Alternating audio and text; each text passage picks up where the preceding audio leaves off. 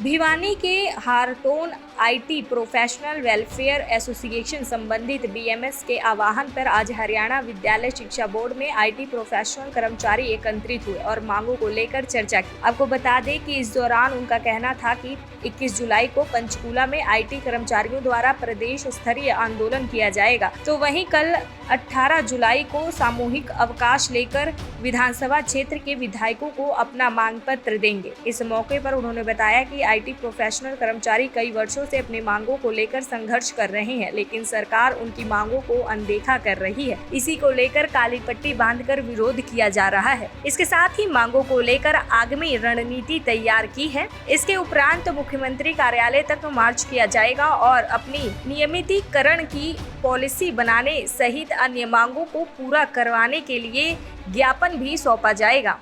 और हम अपना हार्टोन आईटी प्रोफेशनल की तरफ से जो यूनियन की हमारी कॉल थी, उस कॉल के आह्वान पर ही हमने 2 दिन तक काले बिल्ले लगाकर सरकार का विरोध प्रदर्शन करते हुए कार्य किया है। और पिछले 12 सालों से हम सभी आईटी प्रोफेशनल सरकार के विभिन्न विभागों के अंदर कार्य कर रहे हैं और पूरी निष्ठा और ईमानदारी से कर रहे हैं। सरकार को नंबर 1 लाने के लिए भी हमने अपनी जीत और मेहनत की है। अब हमारी सरकार से सिर्फ एक यही मांग है कि वो हमारी मांगों को माने, हमारे मुद्दों के बारे में सोचे और हमारे घर परिवार के बारे में सोचे।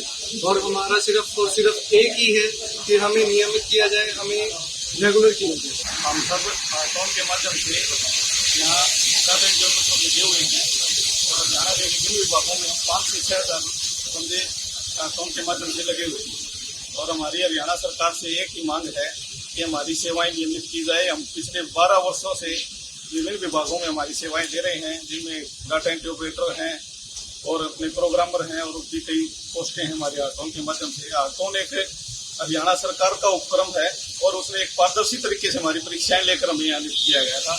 और पिछले 12 वर्षों से हम यही इंतजार कर रहे हैं कि सरकार कब हमारी मांगे माने और हमें नियमित करे, लेकिन सरकार के उस पर कोई वो फर्क नहीं पड़ रहा है। और साथ के जो प्रदेश हैं, हिमाचल में, पंजाब में, दिल्ली में, राजस्थान में, सब जगह पॉलिसियां बनाई गई। हमारे यहाँ भी पहले कांग्रेस सरकार में 3 साल की पॉलिसी बनी थी, लेकिन वो वहाँ चैलेंज हो गई थी हाई कोर्ट के अंदर और उसका बहाना बनाकर सरकार सुप्रीम कोर्ट में वो केस चल रहा है। 2018 से आज 2024 हो गया। 6 वर्षों से हम उस केस के फैसले का इंतजार कर रहे हैं, जबकि कोर्ट में रात को भी कोर्ट खोल के सुनवाई की जाती है, लेकिन हमारे 6 वर्षों से हम एक फैसले का इंतजार कर रहे हैं, न्याय नहीं मिल रहा है हमें। और हम चाहते हैं कि सरकार हमें जल्द से जल्द नियमित करे और ये बहानेबाजी छोड़ के हमारी मांगों को माने। और हम हमारे जो आईटी प्रोफेशनल की यूनियन हरियाणा की, उसके आह्वान पे हम 2 दिन से काले बैज लगा करके विरोध प्रदर्शन कर रहे थे विभिन्न कार्यालयों में। और कल हम सब सामूहिक अवकाश लेकर हमारे जो जनप्रतिनिधि हैं, एमएलए हैं, एमपीज हैं, उनको ज्ञापन सौंपेंगे।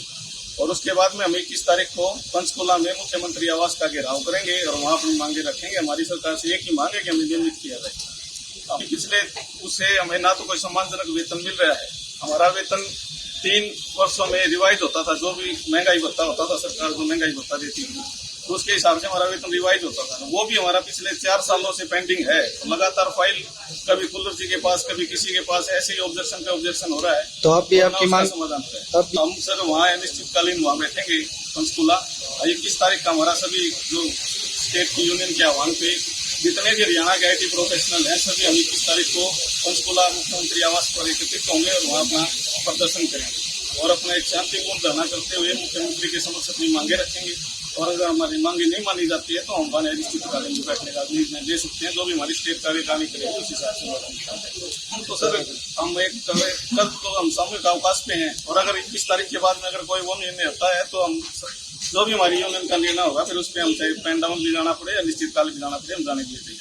तो हमारी सरकार से ये मांग है, हम पक्का करा रहे हैं, क्योंकि हमारी सरकार ना तो हमारी पे बढ़ा रही है, तो रिवाज हमारी 3 साल से बढ़ जाती है, वो भी नहीं बढ़ा रही है। और ना हमारे बच्चों ने पहले सरकार से उम्मीद की, लेकिन सरकार ने सभी को निराश कर दिया है।